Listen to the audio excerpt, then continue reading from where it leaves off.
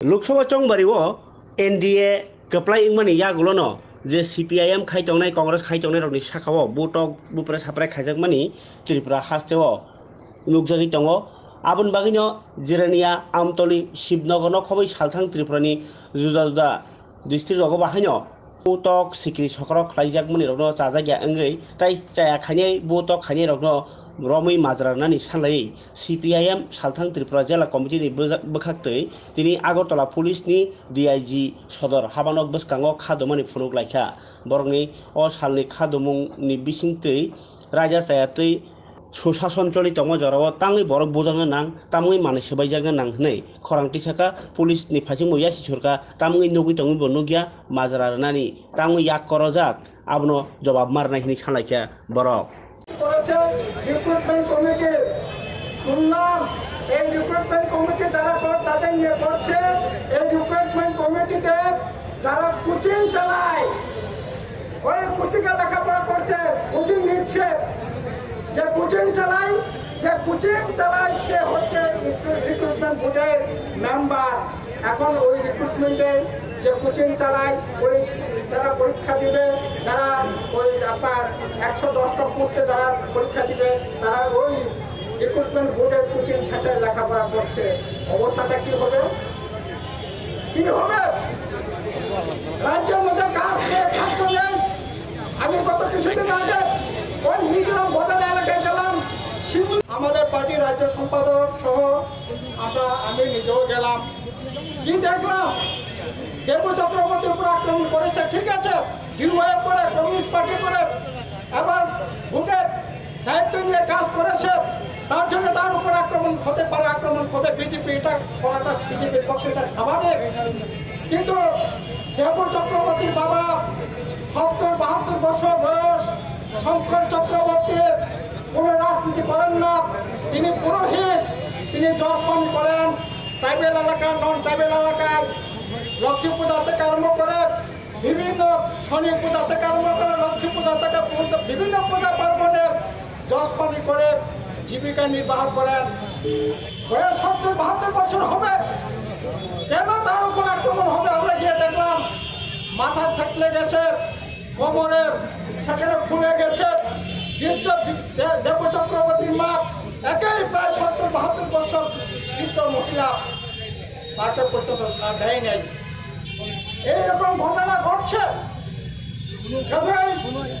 এই যে ভয়ঙ্কর অবস্থা গোটা রাজ্যের মধ্যে, এখন যারা নেশা কারবারে, যারা সন্ত্রাসে, যারা আক্রমণকারী, যারা দুর্বৃত্ত, তারা এখন মনে করে এই সরকারটা আমাদের, তারা মনে করে সরকারটা আমাদের, আমরা যা খুঁজে তা করবো, সরকার আমাদের কিছু করবে না। ওরা মনে করে সরকার তাদেরই সরকার, আর বাস্তব দিক থেকে এটাই চলছে। আচ্ছা বলেন তো, আমাদের রাজ্য কত বড় রাজ্য? এই যে গত কিছুদিন আগে গ্রাউন্ড রিপোর্ট বেরিয়েছে, ওই উত্তরপ্রদেশে কত লোক সংখ্যা, প্রায় 20-21 কোটি লোক সংখ্যা, পশ্চিমবাংলায় 12 কোটি লোক সংখ্যা। গোটা দেশের মধ্যে ক্রাইম রিপোর্টের জনসংখ্যার হারে যদি বিচার করে ত্রিপুরা হচ্ছে 1 নম্বর। গোটা ভারতবর্ষে ওই ক্রাইম রিপোর্ট সেখানে হচ্ছে আমাদের ত্রিপুরায় 55 স্থানে 5 নম্বরে। কোথায় নিয়ে যাচ্ছে? ওই নেশার যে দূরত্ব গোটা দেশের মধ্যে 36 জনের পর আমাদের রাজ্য হচ্ছে 2 নম্বরে। এরকম তো হওয়ার কথা ছিল না। নেশা বিরোধীর কথা বলেছেন, এত কিছু বলার পর এই ভয়ঙ্কর পরিস্থিতি কেন হবে? এরকম তো নয়। এখন এগুলি করবার পিছনে কি কারণ থাকতে পারে? আরে ভোটে তো জিতেছেন, গোটা দেশের মধ্যে এই পশ্চিম ত্রিপুরা লোকসভা কেন্দ্র বিরুদ্ধে জিতেছে। 1 নম্বর জিতেছে নোটার বিরুদ্ধে।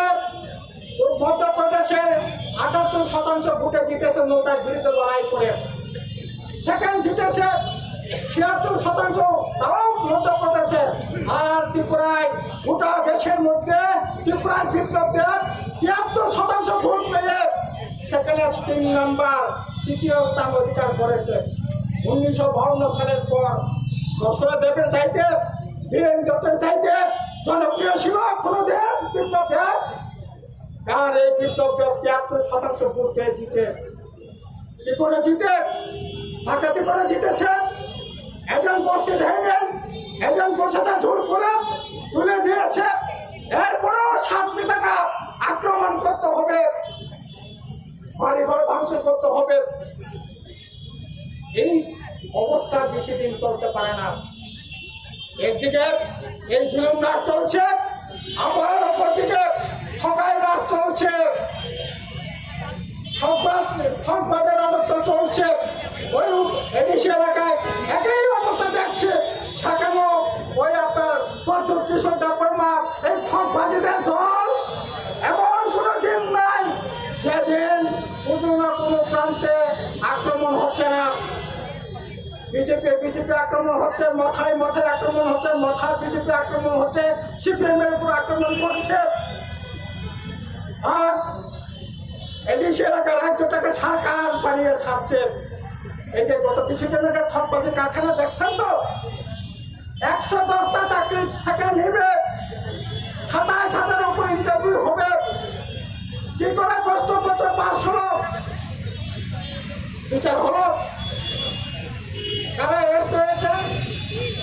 ওই বাংলাতে একটা প্রবাদ আছে, বললেন নি, মায়ের খন্ডায় মান দেখলে গুন্ডা খন্ডায় মান দেখো। মানে কারো যে চুরি করে সে ধরা পড়ে না, ওই চালের যে চুকল যে চুরি করে সে ধরা পড়েছে।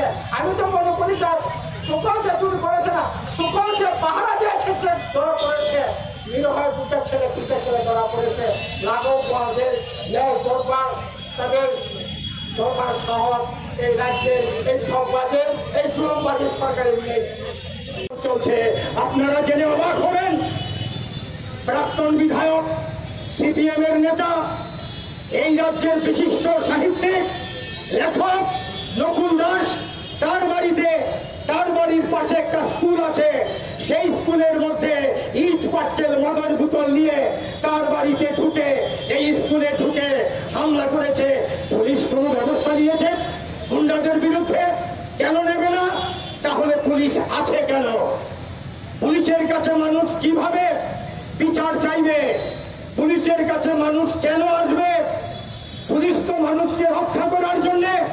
এখানে দেখা যাচ্ছে মানুষকে যারা আক্রমণ করছে তাদেরকে রক্ষার দায়িত্বে পুলিশ নিয়োজিত। এই লজ্জা রাখার জায়গা নেই আমাদের। এই রাজ্যটা এমন ছিল না। বামফ্রন্ট এই রাজ্যে 35 বছর রাজত্ব করেছে, সরকার চালিয়েছে, এমন কেউ বলতে পারবে না। আর 6 বছরের কাহিনী যদি বলি এই রাজ্যের মধ্যে, তাহলে শেষ হবে না। আপনারা জানেন, সংবাদ মাধ্যম জানেন, পুলিশ জানেন, সেটা একইভাবে চলেছে। এটা চলতে দেওয়া যায় না। এর বিরুদ্ধে আমরা প্রতিবাদ করি। এই জন্য পুলিশ সদর দপ্তরের সামনে আমরা এসছি। পুলিশ সদর দপ্তরে পুলিশের ডাইরেক্টর জেনারেল অফ পুলিশ এখানে বসেন, আইন শৃঙ্খলা বসেন, যারা আইজির দায়িত্বে আছেন, এখানে এসপি ওয়েস্ট আছেন, অন্যান্য বড় বড় অফিসাররা আছেন। আপনারা আমাদের কথা শুনছেন না এমন না। কাজে আপনাদের কাছে আমরা এখানে বিক্ষোভ জানাচ্ছি। আপনাদের গেইটে দাঁড়িয়ে আমরা দেখতে চাই আপনারা দুর্বৃত্তদের বিরুদ্ধে কি ব্যবস্থা গ্রহণ করেন এবং আইনের শাসন কিভাবে আপনারা ফিরিয়ে আনতে পারেন, এটা আমরা দেখতে চাই। যদি এটা না করেন তাহলে আমাদের লড়াই আমরা চালাবো, গণতান্ত্রিক পদ্ধতিতে আমাদের লড়াই চলবে। এই লড়াইকে দাবিয়ে দেওয়ার ক্ষমতা পুলিশ কেন, গুন্ডা কেন, কারুরই নেই। জনগণের ক্ষমতা, বড় ক্ষমতা। এই ক্ষমতা নিয়েই আমরা এখানে এসেছি। আমরা এখানে দুর্বৃত্তায়ন করার জন্য আসিনি, আমরা বিচার চাইতে এসেছি। পুলিশ বলুক দুর্বৃত্তদের বিরুদ্ধে ব্যবস্থা গ্রহণ করবে কিনা। যদি না করেন তাহলে আমরা আমাদের আন্দোলন অব্যাহত রাখবো। এই হুঁশিয়ারি আমি দিলাম। এই হুঁশিয়ারি দিয়ে আমি